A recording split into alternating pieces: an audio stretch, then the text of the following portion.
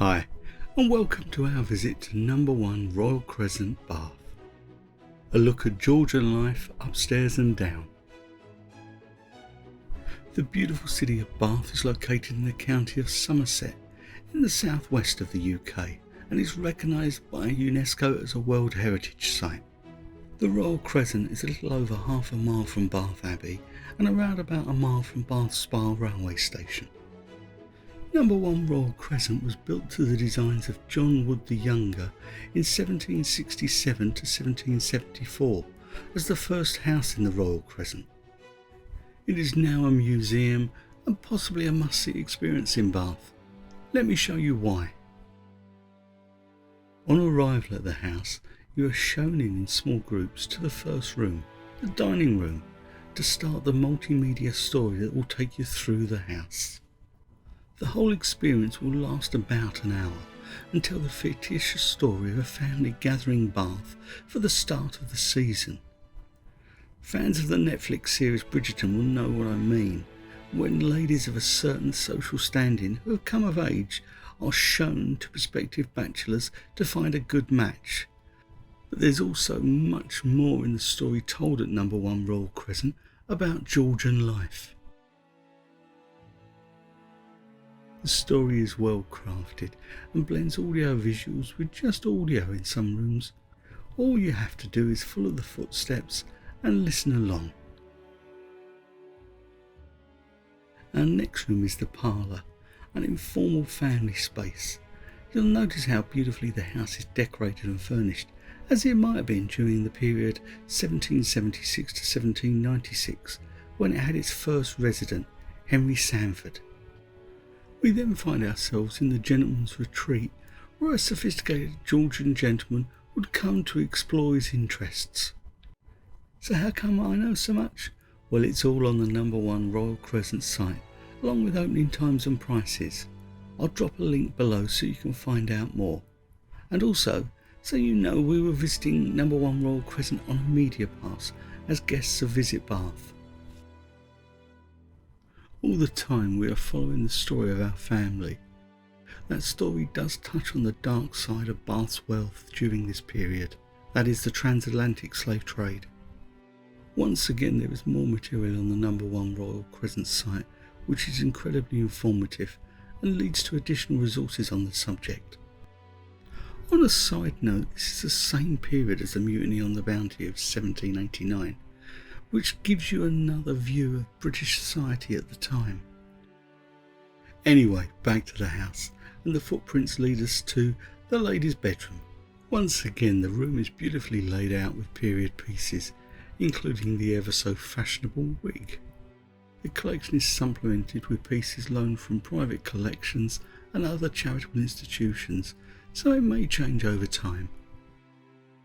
Now, I have to be honest with you, I love a period drama, and this is like living it. A great experience if you're in Bath.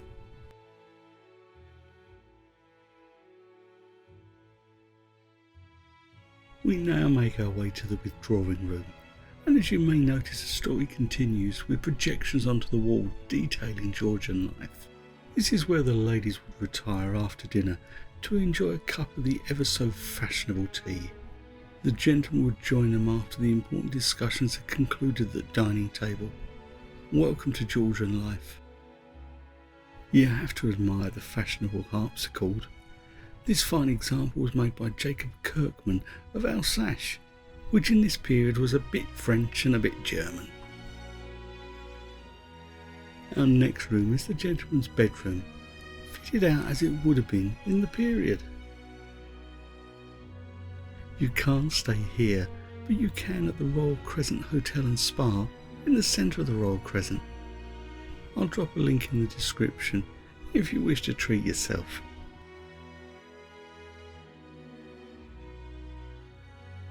The footsteps have now changed colour, and it's time to head downstairs to see the other side of life in Number 1 Royal Crescent.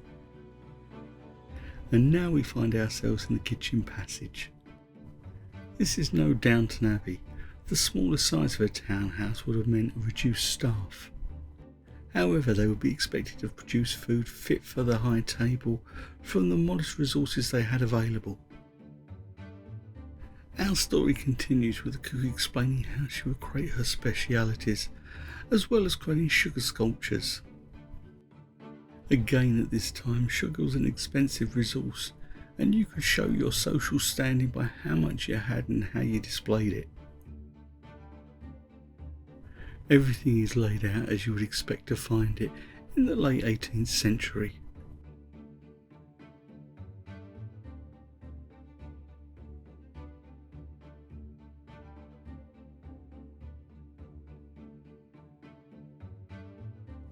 Our next room is the scullery, where you would find the lowest in the social standings amongst the servants, the scullery maid. Oh, that's right, there are levels in the servants. You've seen Downton Abbey, right?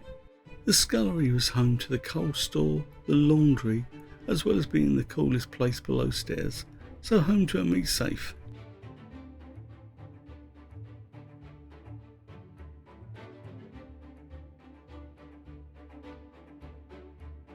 The water used in Number 1 Royal Crescent came from its own well, retrieved via a hand-operated pump. We now move on to our next room, the housekeeper's room, home to the most important female below stairs. She will be responsible for the efficient running of the household, as well as settling bills. A little bit more comfortable than other servants' quarters, and where she would eat her meals.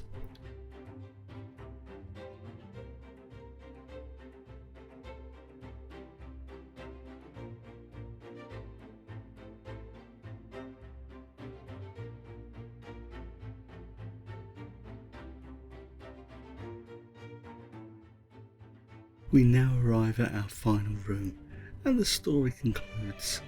We're in the servants' hall. This is where the servants, excluding the housekeeper and the poor old scullery maid, would eat their meals. I wonder what the atmosphere down here would have been like. It must have been a tense working environment at times. That probably explains the rules of the house. I only have one rule: give us a like if you've enjoyed this. And why not subscribe too?